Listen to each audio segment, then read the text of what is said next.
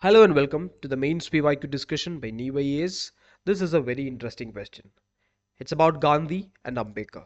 We have similar questions. There is question about Gandhi and Bose. There was a question in 2023 about Gandhi and Tagore.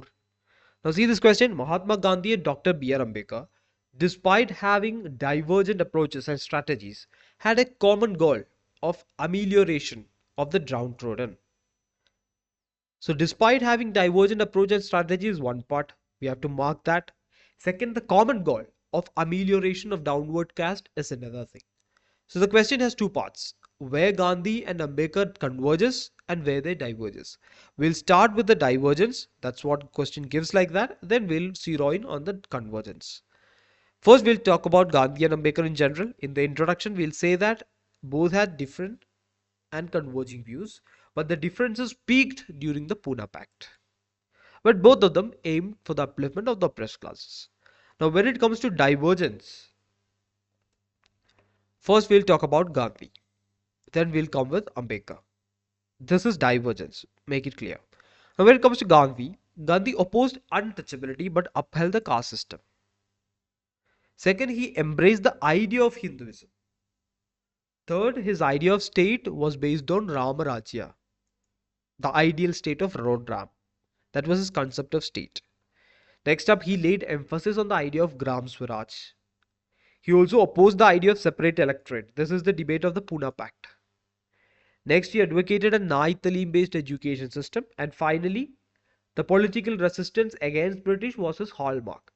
Now, these are the ideas or approaches of Gandhi. Approaches and strategies. Now look at Ambedkar. We have an equivalent opposite in every dimension. See this. If a Gandhi opposed untouchability and upheld Varna system, Ambedkar defined caste as an oppressive system and rejected it completely. No element of it was taken by Ambedkar. Next you see, Ambedkar identified Hinduism as the root cause of caste, and that's why he converted to Buddhism, whereas Gandhi embraced Buddhism. Gandhi always carried a Bhagavad Gita. For example, but for Ambedkar, the caste system is rooted in Hinduism. Without removing Hinduism, caste cannot be removed. Because Ambedkar believed Hinduism is nothing but a group of castes. That's why he initiated conversion to Buddhism. So this is the idea of Gandhi. This is where the divergence peaks. Now third point, Ambedkar defined caste as an oppressive system. Okay, that's the first point. So this overlaps. These 2 points are given in the first slide as well. Same points. Third point, Ambedkar had a constitutional democratic idea of state. We have discussed the idea of Gandhian state, which is Ramarajya. That was his idealistic nature of state. For Ambedkar, it was constitutional, the power of the state being limited by the constitution, more than idealism. Next, the idea of Gram Swaraj.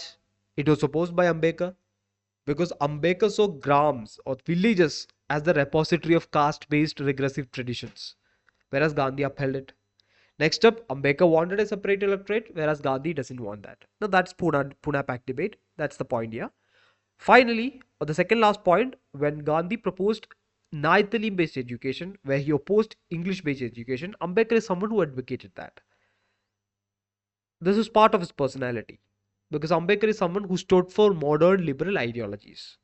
Now, finally, when Gandhi resisted the British completely, Ambedkar participated in the round table conferences.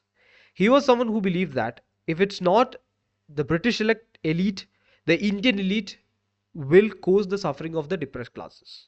So for Ambedkar, it was not a big issue like that, the British. So his mode of protest, his approach towards the British, everything was different from Gandhi. That's what we'll see here. In Roundtable Conference, when Congress completely rejected it, Ambedkar is someone who attended all the 3 Roundtable Conferences.